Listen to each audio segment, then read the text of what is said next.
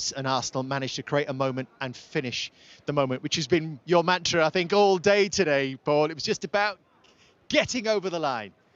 Yeah, it sounded a lot easier saying it than doing it. Yeah, I don't know. Was it harder than you actually expected it to be today? Yeah, I don't get it too often, but I could get the feeling. You know, even I was getting involved. The nerves were setting in, and it's not a nice watch. And I don't mean that in a horrible way with the team. I just think it's very, very nervy, very nervy. It's been so long that it's sort of unenjoyable, if you know what I mean. Do you know what I mean? Like, you should be enjoying these moments, but it's hard to enjoy at the moment because it's just so nervy. And that's with the players, that's with the fans, that's with everybody. You know, I'm not blaming anybody. It's not enjoyable at the moment. It's hard. But this isn't new, Jamie. This has been the case for quite a few weeks now coming here, hasn't it? Years. 2 years. 2 years, you're right, Paul. I totally agree. And you can tell yourself all you like. Pressure is a privilege.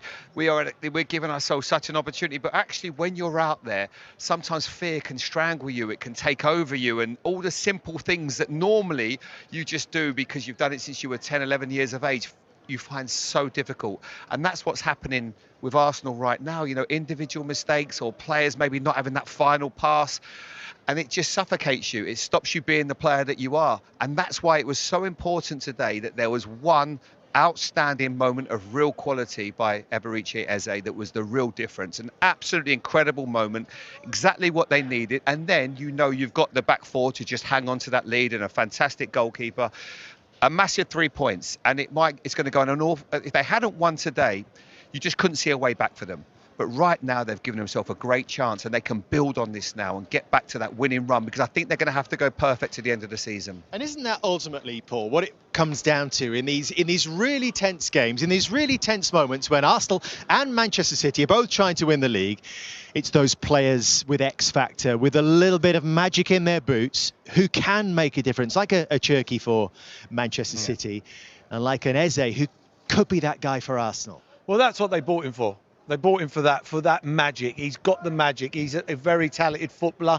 Plays with a lot of freedom. He plays with a lot of freedom. Not many people score that goal. You know, professional footballers, you can take it many times.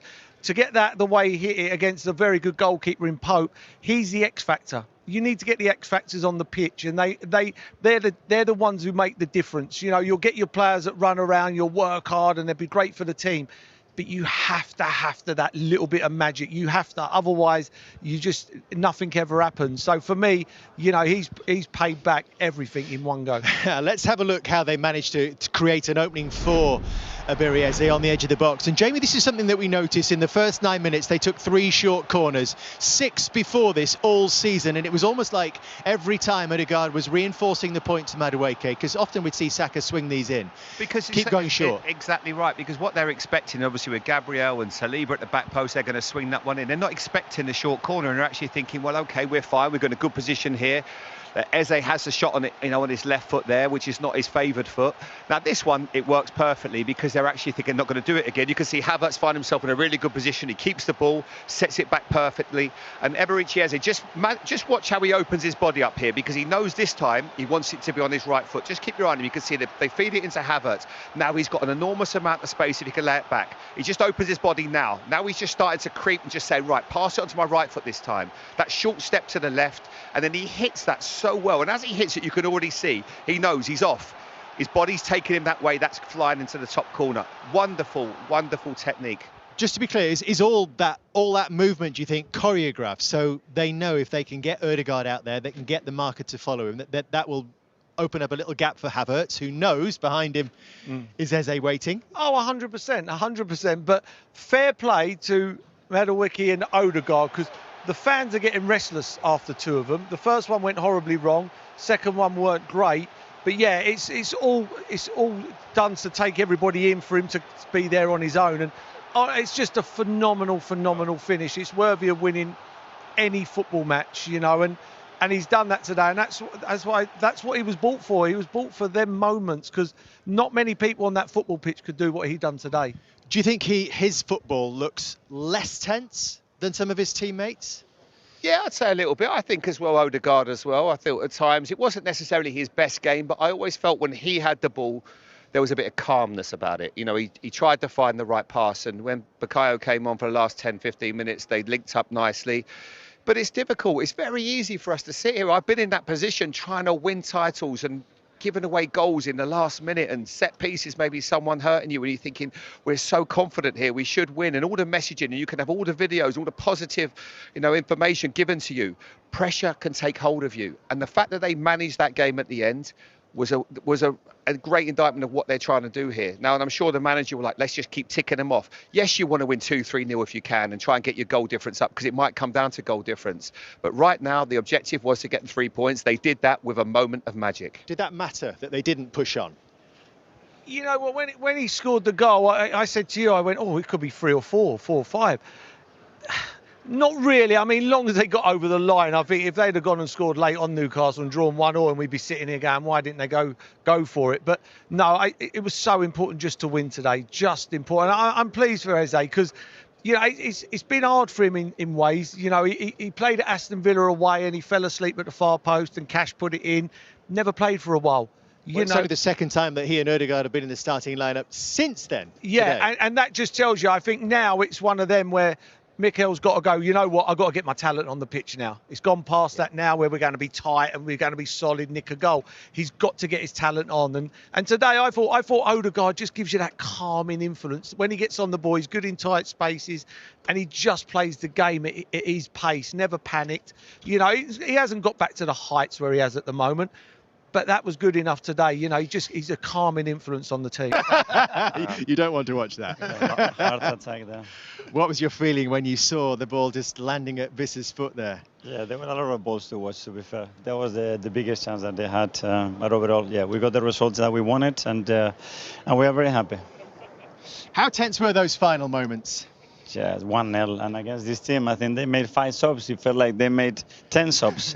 They kept bringing players in, and you see, you have the necessity to win the game.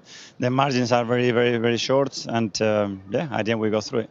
What did you think of your team's performance, though, today? There were moments in the first half, there were moments in the second half. Certainly, we had so much discipline and courage and great habits defensively, but with the ball there are moments that we have to do much better. We want to be much more dominant in the game. With the ball? Or? Yes, yeah. With the ball, yeah. In what areas particularly? In many areas, in the way that we don't finish actions, the amount of time that we get into positions, that we have to have some end product and get set in the final third and continue there, and the play breaks up. But the important thing is the reaction to those plays when that happens. Mikel, it's only the second time Odegaard and Eze have played together. Is that now like all in, get your best players on the pitch, or is it just the way it's just worked out? Well, they haven't been available much in this season, so that's been a big part, I think. With Kai and Bukayo, they never played together, which is incredible. So we had to manage a lot of situations this season. Let's see, we have lost a few players tonight as well, but the good thing is that team continues to compete. Mikel, the goal, the set piece, took 3 times to get there, third time lucky. Obviously something that you'd worked on just to get Eberechi Eze just so that on the edge of the box free. You scored against Newcastle earlier in the season from a short corner. Was that something that you'd obviously worked on to open up that corridor? We have to be very unpredictable in everything that we do in the game, and obviously when you look at the size, the physicality that they have, the way they defend, we believe that it was a big opportunity for us there to exploit, even though the crowd reacted in the first and the second way in certain way, which is understandable, but we do things because we believe they're going to give us value, and it was a great action, to be fair. This is why you signed Eze in the first place.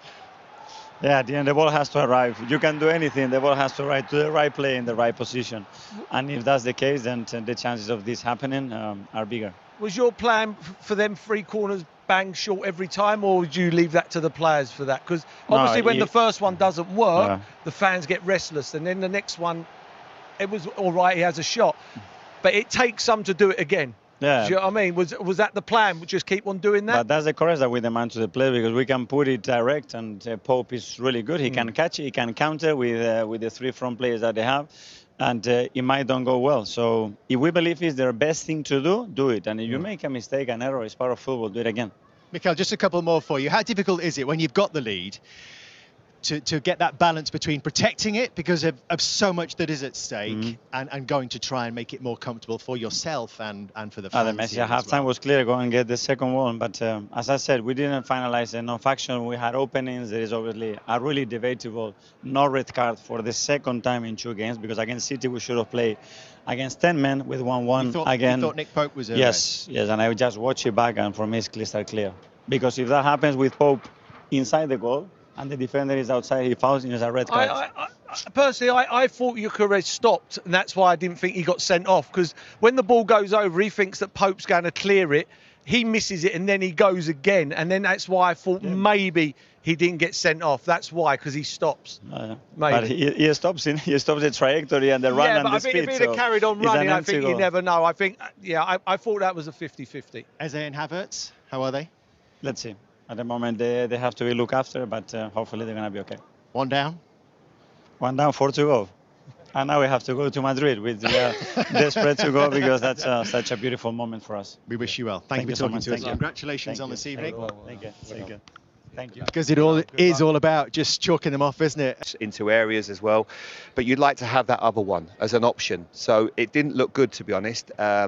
Eze maybe less so, he might be okay, but I didn't feel that Havertz was going to be okay for a couple of weeks, but I'm not a doctor. But he was really honest there, wasn't he? And that is not a manager that's pleased with the way his team's performed this evening. Yeah, I understand what he said. I mean, the one for me was when Gyökeres went down the left, he's just got to roll it across. It's, them little moments, that they could have gone up the other end and scored then. You've got to take care of them moments. And I think it's concentration. Again, nerves gets the best of you. You ask any footballer, if it's one thing you could bottle up, it'll be confidence. And sometimes for a team that are top of the league and in the semi-final of the Champions League, they don't have that swagger. They don't have that, you're not going to beat us, we're going to steamroller you. And I think that's the biggest worry at the moment. But they got to get together and go. Semi-final of the Champions League and 3 points clear with 4 games to go is some going for a phenomenal. Fair play to them. Yes, but it's because of where they were, isn't it? That everyone's getting a little bit they've very done it 4 tense. years. They've done it 3 years on the trot. Of course.